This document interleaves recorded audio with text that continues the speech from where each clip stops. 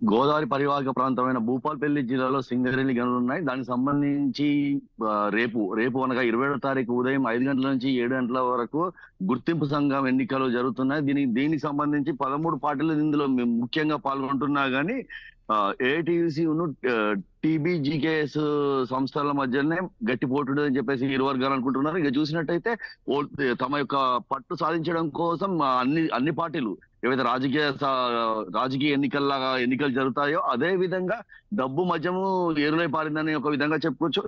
చూసినట్టయితే ఈ సింగరేణి గుర్తింపు ఎన్నికలు 1998లో మొదటిసారి జరిగాయి. చివరిగా 2017లో జరిగాయి. భూపాలపల్లిలో చూసినట్టయితే మొత్తం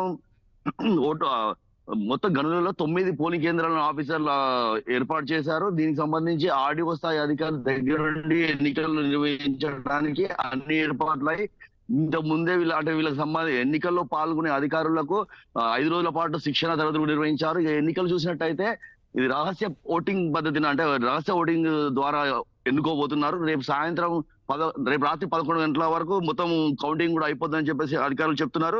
సింగరేణిలో మన భూపాలపల్లిలో చూసినట్టయితే మొత్తం 3,991 మంది ఓటర్లు ఉన్నారు. దీపిక అలానే అయితే ఇప్పుడు ఈ సిపిఐ కావచ్చు, కాంగ్రెస్ కావచ్చు, బీఆర్ఎస్ కావచ్చు, ఈ 3 అనుబంధ సంఘాల మధ్య అయితే టఫ్ ఫైట్ ఉండబోతుంది.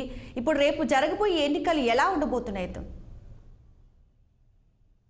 గతంలో అంటే ఎన్నికలు ఎప్పుడైతే ప్రకటించారో అప్పుడు బీఆర్ఎస్ పార్టీకి అనుబంధ సంస్థ అయిన టీబీజీకేఎస్ పోటీ చేయమని ప్రకటించారు. కానీ చివరి నిమిషంలో కవిత నిర్ణయం తీసుకోవడంతో రంగంలో దిగారు. ఇప్పుడైతే అధికారంలో కాంగ్రెస్ పార్టీ ఉంది కాబట్టి ఇప్పటి వరకు అధికార పార్టీలో ఉన్న మంత్రులు కానీ ఎమ్మెల్యేలు కానీ వాళ్ళు సొంతంగా అంటే వాళ్ళ దగ్గరుండి ప్రచారం నిర్వహించారు.